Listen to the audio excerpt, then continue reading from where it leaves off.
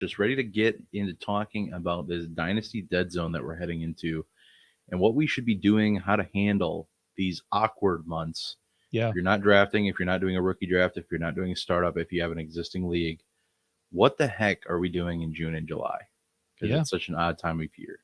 It's an important thing to think about because the reason that we play Dynasty is because it's a year-round thing. It's not just August through Mm-hmm. January or whenever your season happens to end in your specific league. So we want to prepare ourselves so that we don't make any poor decisions because let's face it, good and bad decisions that are made right now in the next few months, they will either positively or negatively impact your team for this year and possibly years to come. Yeah, I mean this part of the off season will go probably slower than any other part of the off season because there's always, now we're kind of looking forward to the season. We're excited about the season. Before the NFL draft, we're like, oh, we can just talk about rookies all day long, whatever the case is. But now it's just like now we're just waiting for the season to get here. If you've had your rookie draft already, there's nothing to look forward to other than setting lineups and waiting for the regular season to show up. While this slow time is happening, you have to be patient. Yes. There's no need to make any rash decisions now. Do what you can. Don't force a trade. If there's poor value or whatever the case is, don't force a trade at anything less than proper value, I should say. You want to make sure that you're realizing you don't need to fill a lineup till September. You don't need to have a lineup set in June. You don't need to have a lineup set in July or August. It's important to know what you need, where you're at, but at the end of the day, you don't need to set anything right now. So be Yeah. patient, wait for the right moves to make. Don't just make the moves because you're bored. And that should go for everybody in your league. I'd never want to advocate somebody to trade for the sake of trading, and in all honesty, like in most cases for me, I'm just holding off on trades right now. I'll obviously send out trades and stuff like that, but I'm not like in every league just sending trade after trade after trade. And we'll definitely be rolling out trade videos because we know people are For going to sure. trade. We're going to send out our best advice on, hey, if you're going to be trading anyway, we might not necessarily agree with making a ton of trades right now, but we're going to send out our best advice on some of the safer options we got. So that's my first point. Be patient, take your time, and just kind of enjoy the chill period as much it is just kind of boring right now, but it is what it is. So that's all you can do is be patient. Don't make silly moves.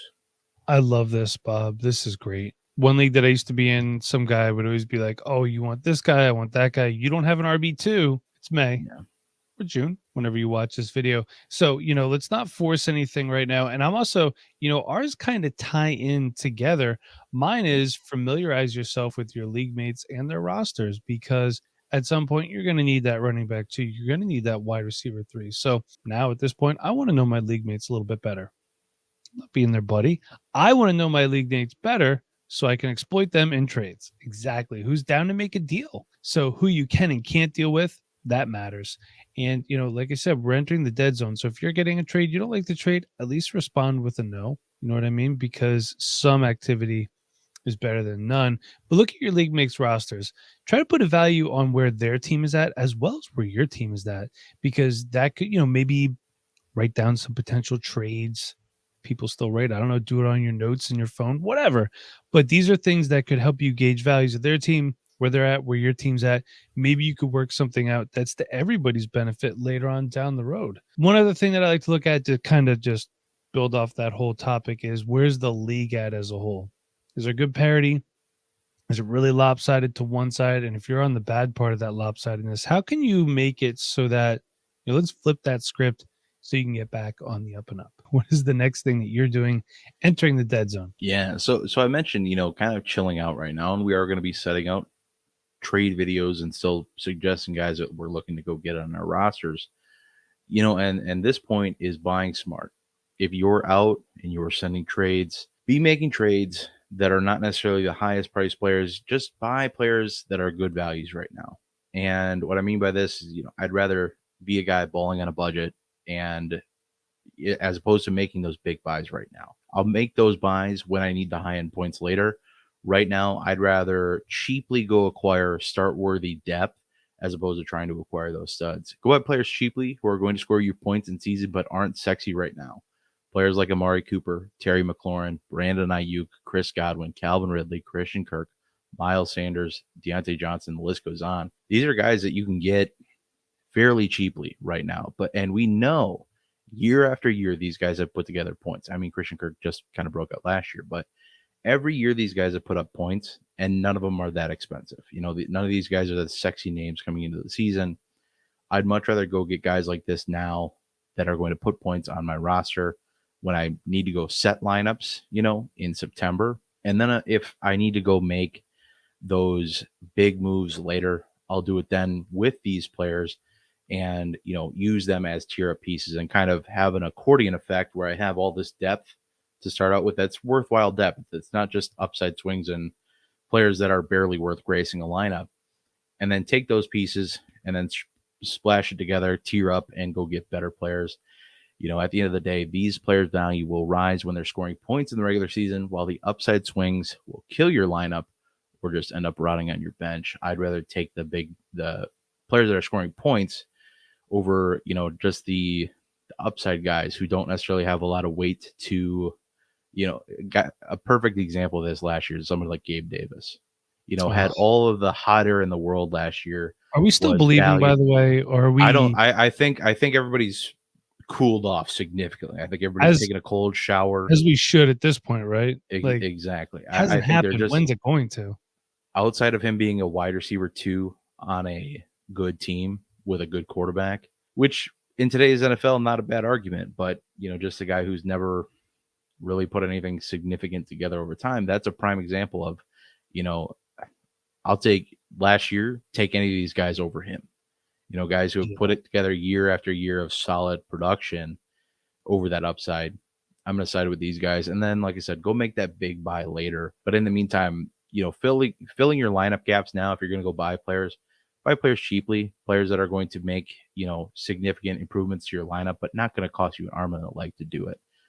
Those are the kind of moves I'm trying to make right now for buys, as opposed to going to buy Jamar Chase. Like, good luck getting that deal done right now, unless you're willing to pay the world for him. So that's a big strategy for me. Buy smarter, not harder, I guess we'll go with. That ties perfectly into my next point too, and that's big name players don't always equal winning a championship. One of the most common things that I get asked about roster construction is always the same thing. How do I acquire blah, blah, blah player?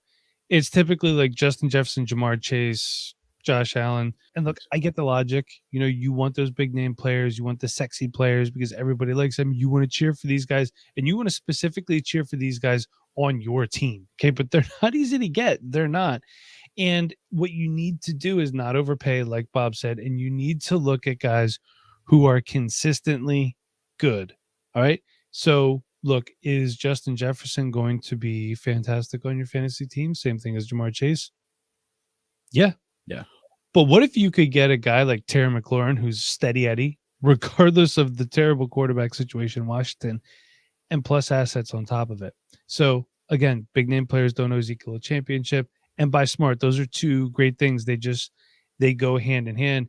Bob laid out a ton of good examples of guys who are not big name players.